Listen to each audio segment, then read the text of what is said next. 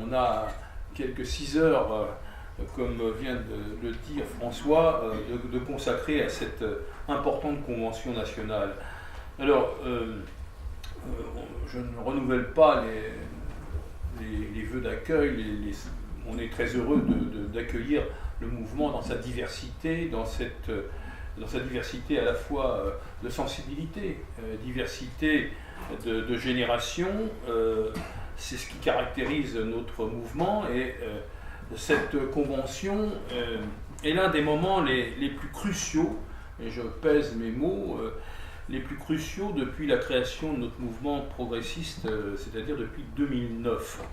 Mon propos liminaire ne vise pas à l'exaltation, mais ne dissimule pas non plus que nous vivons un tournant majeur, je dis bien un tournant majeur de la vie de notre mouvement, avec notre choix stratégique, sur lesquels je vais développer un certain nombre d'idées maintenant, notre décision de présenter un candidat du mouvement à l'élection présidentielle, Sébastien, mais nous y reviendrons, et des candidats dans un maximum de circonscriptions, en tous les cas au moins 100 circonscriptions, et même au-delà si nous le pouvons. Notre choix est de faire émerger en grand sur la scène nationale notre mouvement, son candidat, dans sa singularité à la fois du mouvement et de notre candidature, nos candidats qui viendront relayer cette candidature au fur et à mesure que nous allons les désigner dans les circonscriptions. Vous avez déjà vu certainement, beaucoup de journaux en ont parlé, on a sur les réseaux sociaux eu une très grande place dès le 10 mai avec le lancement de la campagne présidentielle et de notre candidat Sébastien. Il est le candidat, je l'ai dit dans la déclaration liminaire précédente, de la vraie vie, candidat citoyen de renouveau, un candidat neuf avec des idées et une façon d'agir qui sont également neufs. Mais c'est ça qui va être le cœur de notre discussion aujourd'hui. Comment donner cet élan à notre campagne, et compte tenu d'une situation politique très particulière de la France actuellement, au-delà, mais je parlerai surtout de la France, qui effectivement nous interpelle tous, et c'est dans ce climat-là que nous devons mener campagne. Donc avec lui, avec Sébastien, des centaines de visages nouveaux, nous voulons, je le dis, et je crois que c'est pas, ça peut en étonner certains, nous voulons bousculer la façon dont le système politique actuel, le système politique français, à bien des égards à l'agonie, et rejeté par nos concitoyens. Là aussi j'y reviendrai, un système dans l'incapacité dangereuse d'apporter des réponses nouvelles à une crise majeure de la politique, et laquelle crise ne permet pas spontanément de voir apparaître une alternative, et peut mettre, en absence d'alternative, nous voyons bien, mettre en péril bien les fondements démocratiques de notre pays. Donc, chers amis, notre convention d'aujourd'hui, événement majeur, disais-je, puisqu'il dure quelques heures, nos interventions seront limitées, mais il faudra vraiment donner tout le corps à cette démarche par vos interventions, vos expériences, ce que vous ressentez, comment vous voyez les choses. Elles seront malheureusement relativement courtes, mais il ne faut vraiment pas se freiner du tout dans sa volonté d'intervention. Et en ce qui me concerne, je vais essayer d'être le plus court possible pour ne pas, en fait, mordre sur le débat que nous pouvons avoir. Alors mon intervention portera sur la stratégie de notre mouvement. Je vous donnerai mon sentiment sur 3 questions stratégiques. La première de ces questions, c'est comment nous situons-nous dans la situation politique du pays là. Notre démarche unitaire nous a conduit dès la naissance de notre mouvement, à travailler non pas à l'éparpillement de la gauche, mais à tout mettre en œuvre, tout faire pour qu'elle se rassemble. Dès 2010, nous avons travaillé à l'unité des forces qui voulaient battre la droite et écarter Nicolas Sarkozy du pouvoir. C'est dans ce sens que, et nous le disons avec beaucoup de loyauté et de franchise, c'est dans ce sens que nous avons apporté à l'époque, comme beaucoup, aujourd'hui déçus, je parle de tous ceux qui aujourd'hui s'interrogent, nous avons apporté notre soutien à la candidature du candidat socialiste dès le premier tour de la présidentielle, François Hollande. Nous l'avons fait, parce que tout ça, il faut qu'on le dise aujourd'hui, nous l'avons fait les yeux ouverts. Nous l'avons fait loyalement. Mais loyalement ne signifie pas, et nous l'avons prouvé, naïvement ou aveuglément. Dès le début de la mandature présidentielle, nous avons exprimé la nécessité d'une autre politique sociale et fiscale. Chemin que ne prenait pas et n'a pas pris suffisamment, ou même parfois pas du tout, le gouvernement. Au Parlement, Jean-Noël Carpentier et moi-même, nous avons marqué, c'est important de le rappeler aujourd'hui, dès le début nos désaccords. À ceux qui veulent absolument nous voir là dans une sorte de symbiose qui ne nous permettrait pas de nous identifier, nous avons, sur des questions majeures, je prends le premier exemple avec Jean-Noël, sur les questions de l'Europe, nous avons refusé les conceptions qui faisaient que l'accord que nous attendions, réviser une nouvelle politique européenne promise, devait se mettre en œuvre. Or, tout de suite, il y a eu cette quasi-capitulation devant l'hégémonie allemande, et dans mon propos, il n'y a rien de péjoratif, mais effectif au plan politique. Nous avons, au Parlement, ça a étonné déjà, puisque nous avions soutenu le candidat, nous avons refusé au Parlement, à l'Assemblée, et moi au Sénat, l'Assemblée pour Jean-Noël et moi au Sénat, de voter, de suivre, d'appuyer le gouvernement en ce sens. Et systématiquement, et nous publierons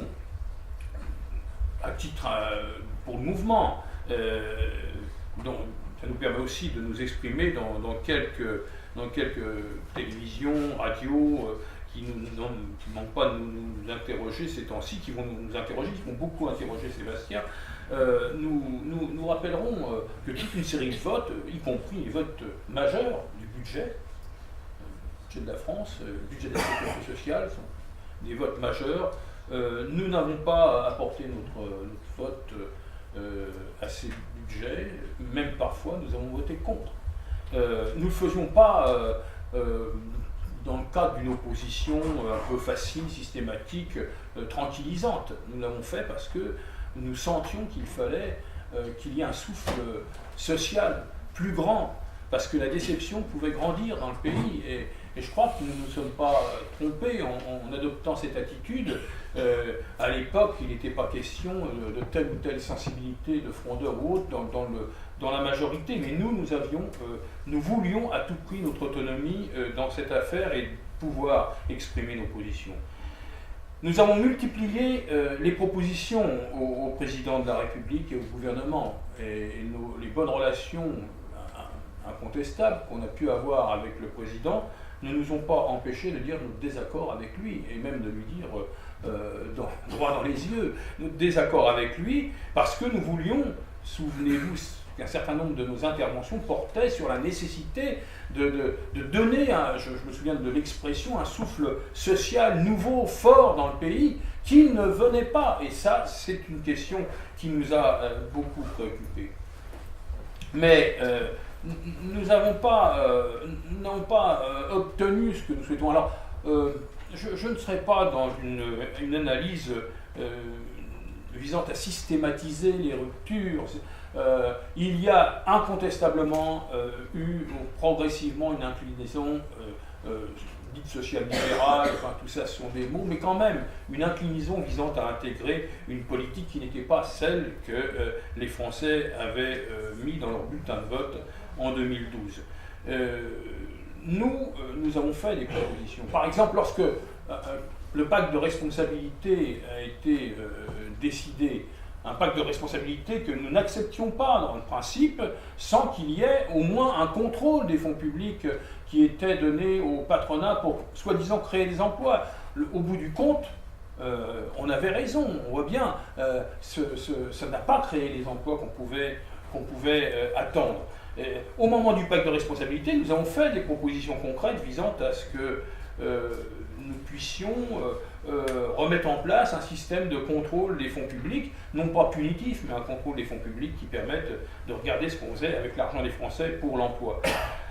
Lorsque certains, avec l'appui des médias, ont laissé entendre que nous pourrions participer au gouvernement, ce qui a été une réalité pendant une période, nous avons écarté cette hypothèse.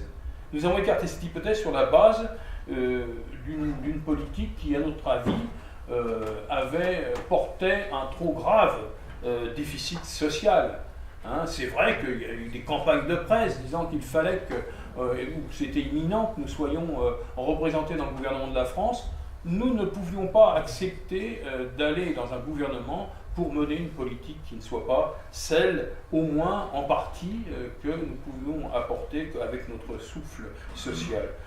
Dans la situation présente, la crise sociale, nous sommes en plein, se concentre sur l'atteinte au droit du travail, qui comporte comporte même retouché la loi El Khomri.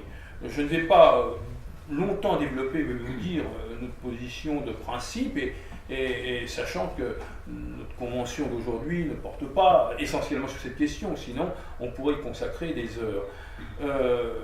Donc, incontestablement, ce projet de loi travail qui est rejeté encore aujourd'hui, malgré les évolutions, et peut-être à cause des évolutions par plus de 60% des Français, que le pouvoir tente de faire passer de façon autoritaire, il faut bien le dire, à l'Assemblée nationale avec le 49.3, par le refus d'entendre le mouvement social majoritairement contre, ce projet révèle par ailleurs un grand nombre de problèmes concernant de grandes revendications sociales. J'ajoute qu'une partie des gens actuellement qu'on voit mobilisés dans ce mouvement contre la loi El Khomri, nous voyons bien que, j'en ai fait l'analyse, nous en avons fait l'analyse, qu'à chacune des fédérations syndicales concernées que nous alignons successivement, nous voyons que se greffent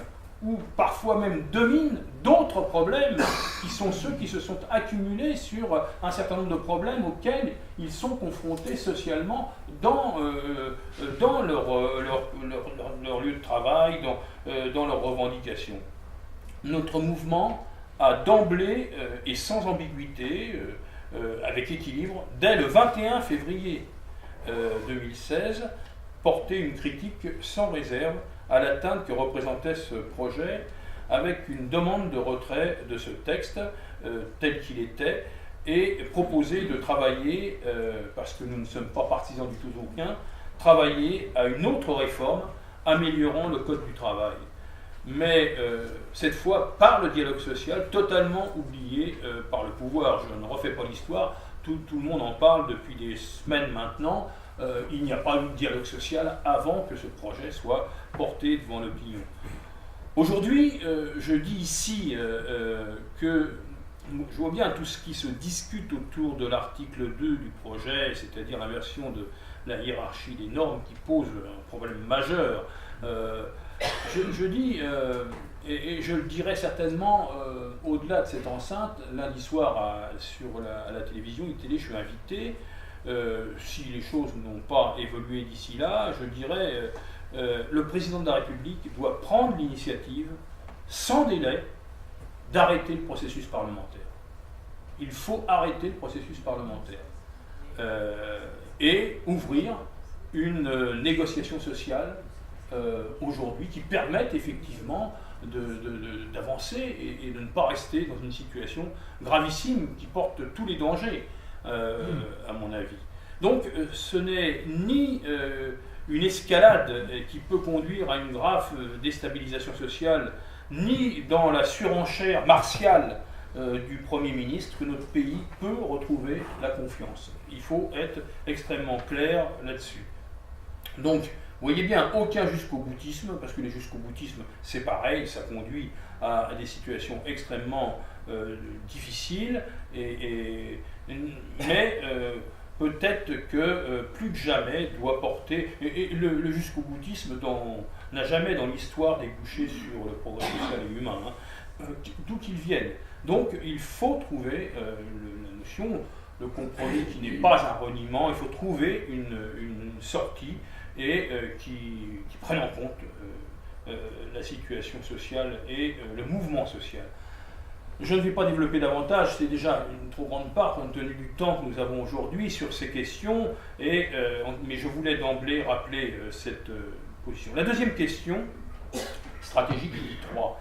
Deuxième question stratégique posée à notre mouvement, quelle réponse devons-nous apporter à la crise mortifère du système politique français? Notre mouvement s'est fondé sur une analyse que nous avons été, d'ailleurs les tout premiers à mettre en évidence, le pouvoir politique dans ce pays, au-delà des sensibilités d'ailleurs, hein, est en rupture avec le peuple et ne le représente plus, ou alors ne le représente que de moins en moins. Une élite, une caste, diront certains, ce que nous disons dans le livre, a professionnalisé le système politique et institutionnel français. Cette professionnalisation est terrible pour la vie politique française. C'est-à-dire qu'en gros, il y a une caste qui dirige le pays, qui est dans les rouages du pouvoir, des institutions, et qui est coupée désormais, je parle de façon globale, du peuple. La rupture entre les citoyens et cette élite est à son paroxysme. Le danger pèse aujourd'hui, et je pèse précisément mes mots, sur la démocratie. La crise touche des institutions pyramidales et monarchiques dans bien des domaines. La place du président de la République et le Parlement sous tutelle, en quelque sorte, pèse aujourd'hui sur les choix démocratiques, économiques et moraux du pays. Et peut-être que notre ami Gilles Thévenon, qui est professeur en la matière et auteur d'un livre sur les institutions de la France et qui est membre de notre mouvement, on dira quelques mots tout à l'heure, j'en suis certain. Au plan de la représentation, qu'en est-il? Si c'était nous qui disions les choses comme ça, on dirait, bon, ils sont dans un concept, une démarche, une analyse, ils l'écrivent dans les différents livres, etc. Mais les sondages d'opinion français, il faut toujours les regarder, les sondages, avec prudence, parce qu'il y a toujours quelques bougées. Mais quand 91%, c'est un sondage qui a 15 jours, hein, 91% des Français déclarent ne plus avoir confiance dans les partis politiques traditionnels. 91%. La fracture entre le peuple et les élites qui abandonnent, il faut bien le dire, bien souvent l'intérêt général et le bien commun pour leurs intérêts privés, cette fracture est béante et dangereuse. C'est dans cette situation que notre mouvement a décidé d'apporter une réponse à ce, comment dirais-je, dans ce moment, comment le qualifierais-je, ce moment un peu étrange pour la gauche. La future présidentielle concentre toutes les interrogations. Il y a un vrai sentiment d'impasse. Il y a une absence réelle de perspective. Le président de la République n'est pas candidat, mais le sera assurément, c'est moi qui le dis, mais le sera assurément dans moins d'un an. Jean-Luc Mélenchon, parti en solitaire, est tout seul sur les plateaux, confondant avant-garde et avant-scène. La primaire de la gauche est de plus en plus improbable et ressort devant quelques badauds, Montebourg, qui se présente en homme du renouveau, alors qu'il a celui, ça ne se sait pas assez, qui, avec M. Hamon, a contribué à virer Jean-Marc Ayrault pour mettre en place Manuel Valls.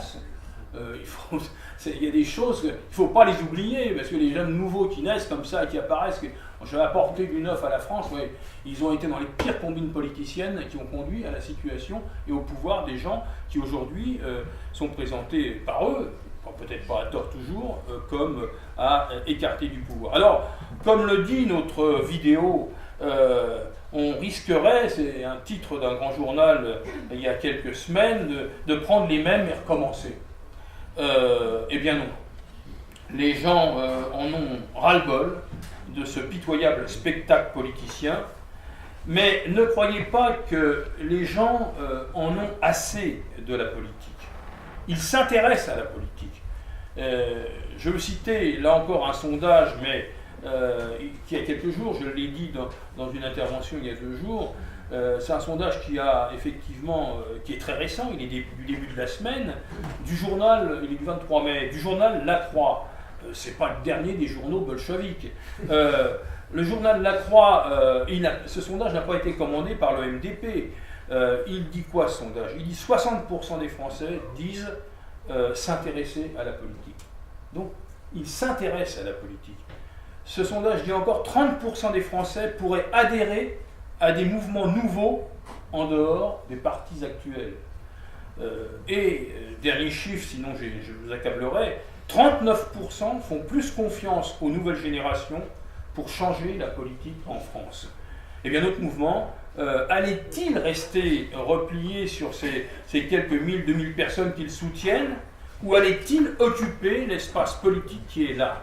Espace de gens de gauche déçus, espace de citoyens qui s'abstiennent aux élections, mais voudraient faire la politique autrement, espace d'hommes et de femmes n'ayant appartenu à aucun parti, venant de la société civile, souhaitant empiriquement s'engager pour eux, pour leurs proches, pour le pays, avec leur identité. Notre réponse a été simultanément double.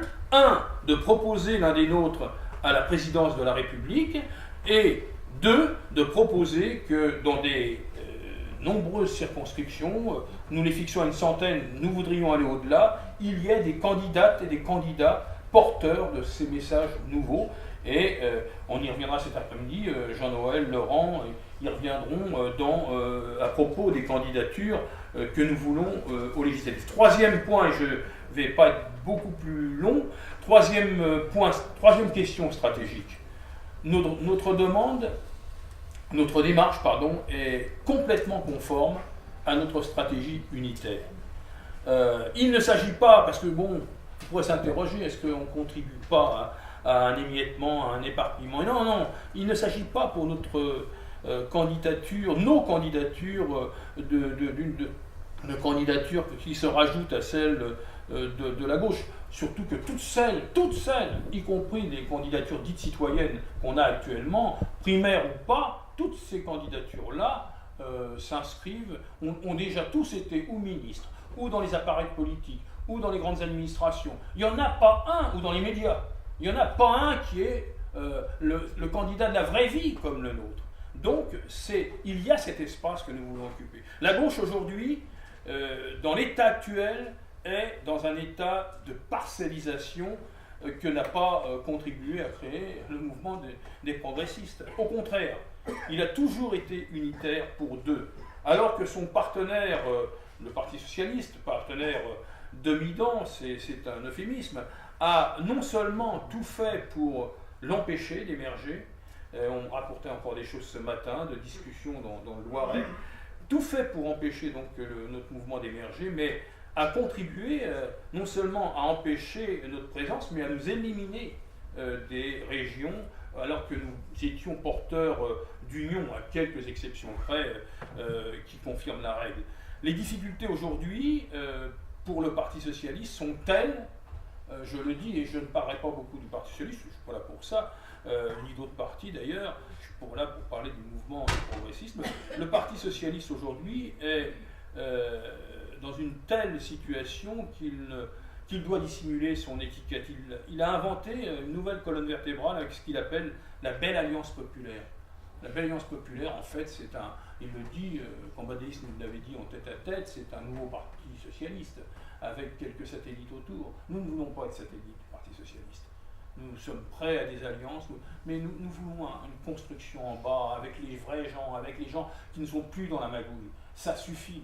Donc il est clair que nous sommes très unitaires, et c'est parce que nous sommes unitaires que nous avons fait ces propositions. Non, ce rassemblement que nous voulons, l'union que nous nous engageons à contribuer à mettre en place, c'est aujourd'hui sous nos couleurs de la présidentielle et des législatives que nous essayons de l'apporter.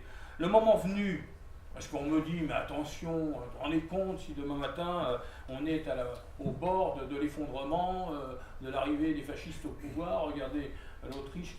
Bon, on est très sensible à tout ça, nous sommes même les premiers sensibles à cela, mais le moment venu, si les conditions devenaient radicalement dramatiques ou en tous les cas différentes, chacun sait que ensemble nous prendrions nos responsabilités, mais on n'en est pas là. Aujourd'hui, le rassemblement de la gauche ne peut exister. Alors que, quand on regarde les composantes de la gauche, bien mouillées, toutes les composantes, ça fait 35% au régional. 35%. C'est pas la majorité du peuple français. C'est-à-dire qu'il faut rassembler, il faut élargir. Nous pouvons rassembler, mais le rassemblement dans un pays comme la France aujourd'hui ne se fera pas s'il n'est pas dans la diversité.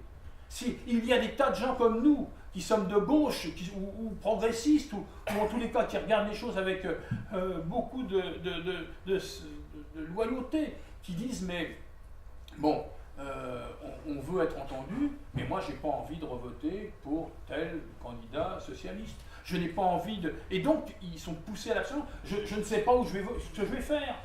On peut comprendre ces gens-là. Et ces gens-là, c'est la diversité. Il faut qu'ils puissent, à un moment donné, au moins dans l'année qui vient, c'est notre objectif. C'est l'objectif de cette démarche, de ce sursaut citoyen du mouvement. C'est effectivement, dans cette diversité, d'empêcher que ces gens s'éloignent définitivement de la gauche, voire puissent aller plus gravement ailleurs. Donc, il y a la nécessité de rassembler ces forces, c'est notre objectif. Donc, nous ne voulons plus de ces histoires de reconstitution de cartels, de partis archaïques. Nous ne voulons plus de tout ça. Nous voulons quelque chose de radicalement différent. Nous savons, le sondage le montrait tout à l'heure, que notre peuple est prêt à faire avec des hommes et des femmes nouveaux, est prêt à s'engager. Il aime la politique, le peuple français. Il faut lui apporter des réponses. Nous allons, à notre petit niveau, mais à notre niveau, tenter d'apporter ces réponses. Parce que on sert la démocratie. On s'en fout des vieux partis et je sais de quoi je parle. On n'en a rien à foutre. C'est pas notre affaire aujourd'hui. Notre affaire, c'est le peuple. Et le peuple, aujourd'hui, il est dans une interrogation gravissime. Avec un mouvement social qui exprime aussi cette démarche. Donc, nous ne sommes pas, comment dirais-je, sans idée. Quand je dis qu'on a un candidat au visage neuf, avec des idées neuves, de la vraie vie, nous avons derrière une structure politique, une structure qui, en fait, prend en compte un choix que nous faisons, c'est celui d'un retour majeur du progressisme. Mais pas un progressisme à l'eau tiède. Pas un progressisme d'aménagement, pas un progressisme qui, en fait, maquille des fondements qui ne sont pas progressistes, qui sont libéraux. Non, une révolution progressiste, et au sens noble du terme. Donc, c'est ça, nous avons des idées, nous avons une doctrine, nous avons des idées. Donc, c'est ça que nous allons faire avancer pour maintenant, pour la présidentielle, pour les législatives, et, chers amis, pour l'avenir. La vie ne va pas s'arrêter en 2017. Donc il faut penser à cela, avec des jeunes candidats, mais ça je ne développe pas, c'est pas mon job, ça sera fait par d'autres. Mais voilà, je veux terminer. Je crois qu'il y a nous voulons donner un coup de neuf à notre façon à la politique. Oui, un candidat de la vraie vie, disais-je, à la présidentielle, de nombreux candidats aux législatives à la même image. Nous voulons que les citoyens puissent trouver là quelque chose à porter. Le lancement de la campagne a été extrêmement encourageant.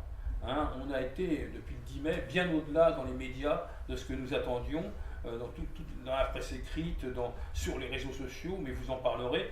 Et nous voyons que ça peut mordre. On a même aux États-Unis où ils ont les yeux braqués sur Trump, malheureusement, mais aussi sur Sanders ou Clinton. Ils ont fait un papier dans un grand journal de Chicago, plusieurs centaines de lignes, un grand papier sur les élections présidentielles en France. Et ils disent, en France, il se passe quelque chose. Vous traduirez, on peut publier. Il y a en France un président de la République sortant qui est désavoué, François Hollande, et il y a Sébastien Nadeau. Oui, je vous assure, vous verrez. Il n'y a pas que le Chicago, il y a deux journaux américains et un journal polonais.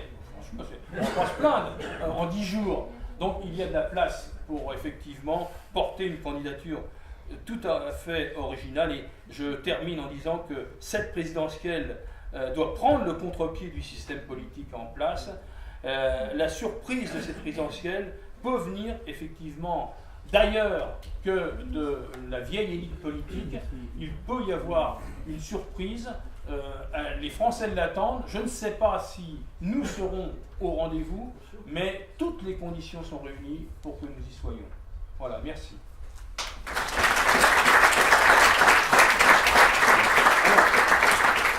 Il y a un certain nombre d'amis qui n'ont pas pu être là et qui vont nous rejoindre. D'ailleurs, je salue ceux qui sont arrivés depuis le début. Je vois nos amis de Vendée qui sont là.